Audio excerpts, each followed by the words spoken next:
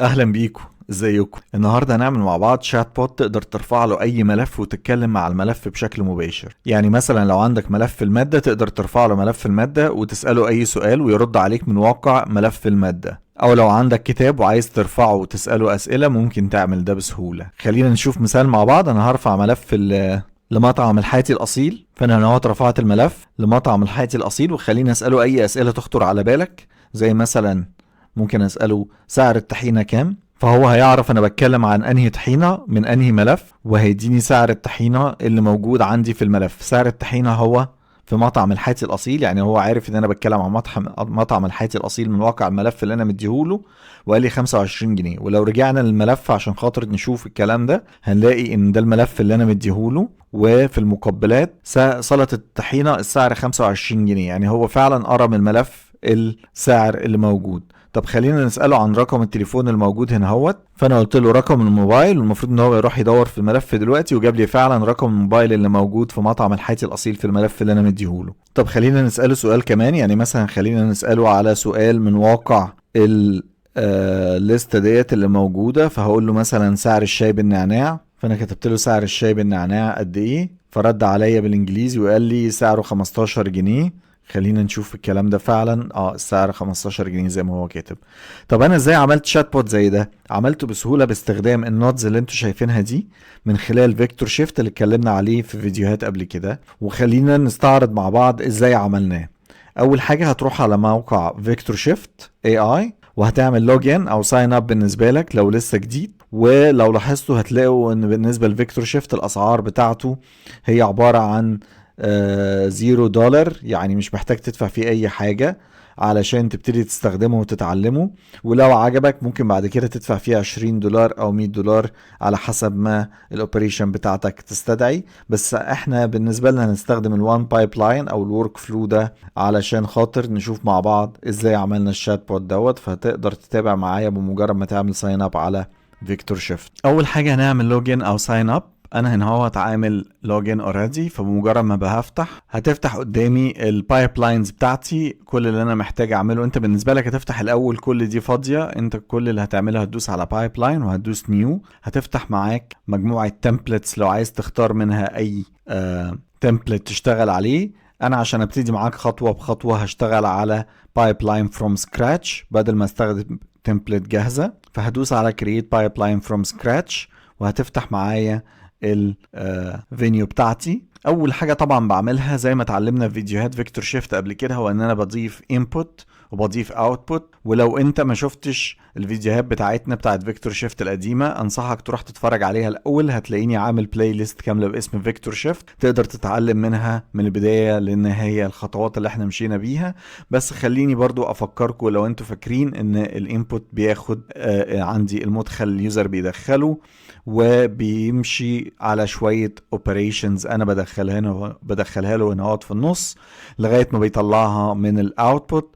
خلينا نجرب مثال. انا مش هعمل اي اوبريشن في النص، انا هوصل الانبوت بالاوتبوت وهقول له تعالى هستخدم الشات بوت فيو وهديله مدخل، والمفروض ان هو هيخرج لي نفس المدخل اللي انا مديهوله. فانا لو قلت له هاي المفروض يرد عليا ويقول لي هاي لان انا ما عملتش اي اوبريشن. ولو لاحظتوا هتلاقوا الدنيا هنا علامه خضراء وهنا علامه خضراء، معنى كده ان الفلو مشي من هنا لهنا زي ما انا محدد له من غير ما يحصل عليه اي اوبريشن. طبعا انا ما عملتش حاجه كده انا بس دخلت له مدخل وخرجته هو.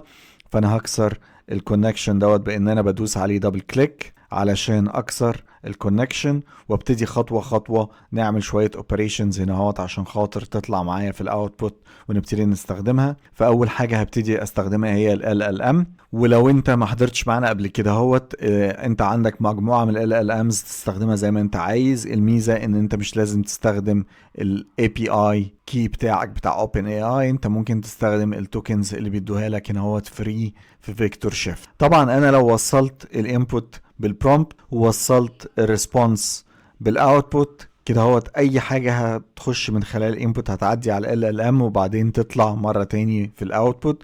فخليني اقول له answer this question او جاوب على السؤال فانا كتبت له system prompt وقلت له جاوب على السؤال بالعربي. فانا اي سؤال هكتبه هنا بالانجليزي حتى هيرد عليا بالعربي. فانا هساله how are you فلما سألته how are you دلوقتي اللي هيحصل ان هو اخده من هنا وابتدى يدخله على LLM، وانا شايف ان هو فعلا رد وقال انا بخير شكرا على السؤال كافي ويمكنني مساعدتك.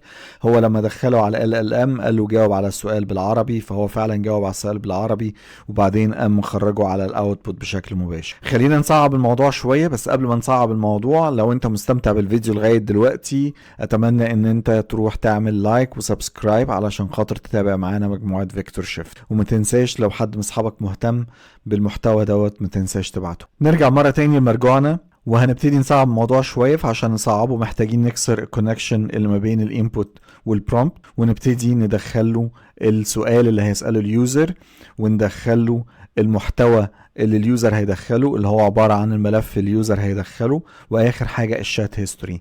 لو انت ما شفتش الفيديوهات القديمة مش تقدر تتابع معايا، فارجوك روح اتفرج على الفيديوهات القديمة وتعالى عشان تقدر تتابع معايا. فاول حاجة هنا هندخلها هي الكويستشن، فانا كتبت له question وهبتدي ادخله الفاريبل بتاع question اللي هنا هسميه user question. فدلوقتي الفاريبل بتاعي بقى user question. تاني حاجة هدخلها هي الملف اللي العميل هيدخله علشان خاطر يبتدي يسأل من خلاله الأسئلة اللي هو عايزها، فهقول له الفايل، انا سميته الفايل وانا هنا هدخله كفاريبل وهسميه فايل يوزر فايل. لو انت خدت بالك لما دخلت له اليوزر كويستشن دلوقتي فتح لي نوت جديده باسم اليوزر كويستشن، ولما دخلت له الفاريبل يوزر فايل فتح لي نوت زياده باسم يوزر فايل. اول حاجه هوصلها هي الانبوت، هي عباره عن السؤال بتاع اليوزر هدخله از كويستشن بتاع اليوزر كويستشن. تاني حاجه ادخلها هي اليوزر فايل. طبعا انا عشان ادخل يوزر فايل محتاج بدل ما ادخله هارد كودد هنا وادي له ملف هنا، لا انا عايز العميل هو اللي يدخل الملف بتاعه ويختار الملف بتاعه زي ما هو عايز، وبعدين الشات بوت يدرب نفسه على الملف اللي هو مديهوله وبعدين يجاوب على السؤال. فعلشان كده هفتح معاكم هنا كلمه شات وهقول له شات فايل ريدر، وهقول لكم حالا ده بيعمل ايه. ده عباره عن بيديني option to upload a file للشات علشان خاطر نسأل عليه أسئلة. فدلوقتي لو قريته هو بيعمل ايه، هو عبارة عن chat file reader allow document upload in chatbot to act as a source. فده اللي بيديني الإمكانية اني انا ابلود فايل للشات وبعدين ابتدي اسأله عليه أسئلة، فهوصله باليوزر فايل. كده اصبح معايا الشات بوت جاهز، ما فاضلش فيه غير ان انا اوصل الهيستوري علشان يبقى عنده دايما يوزر شات هيستوري ويبقى عارف اليوزر سأله على ايه قبل كده ويبقى عنده الداتا كاملة بتاعة الهيستوري بتاعة الشات. فانا هسميها هيستوري وبعدين هقول له هنا الميموري as a variable هسميها memory، واخر حاجة هاخدها هي الشات ميموري من الشات نود هنا هضيفها معايا وهوصلها، لان زي ما انتم شايفين اصبحت معايا نوت زياده هنا اقدر اوصلها اسمها الميموري. وبكده ابقى وصلت 3 حاجات لو انتوا خدت بالكم لل LLM. اول حاجه وصلتها هو اليوزر كويستشن، السؤال اللي سأل اليوزر. تاني حاجه وصلتها الفايل اللي هيرفعه اليوزر. تالت حاجه وصلتها هي الهيستوري بتاعه الشات conversation. وبكده ابقى انا جاهز. كل اللي انا محتاج اعمله هو ان انا to test this chat flow، فبروح اقول له deploy changes من هنا، وبمجرد ما اعمل لها deploy اقدر ان انا بعد كده اعمل export ليها as chatbot. طبعا ممكن اعمل لها export باشكال مختلفه تاني، انا هنا بستخدم chatbot لان هو ده المثال اللي احنا شغالين عليه. فهقول له export as chatbot، هيقول لي هتسميه ايه، فانا هسميه هنا chat with any file وهقول له create chatbot. انا اوريدي عندي الاسم فانا هسميه chat with any file 1 وهقول له create chatbot وهيبتدي يكريت الشات بوت هنا في شوية اوبشنز زيادة. ممكن اعدل الستايلنج بتاع الشات بوت يبقى شكله عامل ازاي، الالوان، اللوجوهات وغيره. انا دلوقتي مش مهتم بكل ده في الفيديو ده، احنا شرحناه في فيديو تاني قبل كده. انا اللي انا مهتم بيه هو ان انا to export this chatbot، فهقول له export وهقول له open chatbot من هنا. هيفتح لي من خلال لينك جديدة اقدر ان انا تو ابلود الفايل بتاعي واقدر ان انا اسأل اي سؤال. بس قبل ما اخش في النقطة هرجع معاكم واقول لك ان انت ممكن تقدر تحطه على الموقع بتاعك، خاصة لو الموقع بتاعك عبارة عن ويكس او سكوير سبيس او فريمر او ويب فلو او ووردبريس. كل اللي انت هتعمله ان انت هتاخد السنيبت وهتضيفها للموقع بتاعك. لو مش عارف ازاي اديها للديفلوبر بتاعك وهو يقدر يوريك تعمل ايه. فهرجع تاني الاوبن شات بوت اللي احنا فتحناه مع بعض اللي هي دي، وممكن اديله اي ملف يخطر على بالكم واساله اسئله في الملف ده. انا ممكن اديله ملف الدستور المصري، بس انا متاكد ان هو عنده شويه داتا عن الدستور المصري، فهرفع له ملف يكون لمطعم صغير اسمه الحاتي الاصيل زي ما عملنا مع بعض قبل كده. انا هنا هو برفع له ملف الحاتي الاصيل، بمجرد ما رفعه قال لي هنا انا رفعت الملف ودربت نفسي عليه اللي اسمه الحاتي الاصيل. وده ملف دوكيمنت، انت ممكن تحط ملف دوكيمنت، ملف بي دي اف، او اي ملف تاني يخطر على بالك. وخلينا نساله عن اسئله متاحه، تكون اسئله عامه، ما يقدرش يعرف ان انا بتكلم عن المطعم، بس هو هيفهم طبعا ان انا بتكلم عن المطعم لان انا مديله ملف المطعم. فخلينا نساله مثلا ونقول له، فانا قلت له هل المطعم مناسب للعائلات، وهدوس انتر، والمفروض ان هو يروح من واقع الملف. لو انتوا شفتوا ان هو هل المطعم مناسب للعائلات، نعم مطعم يحتوي على اماكن مخصصه للعائلات ويوفر جو هادئ ومريح.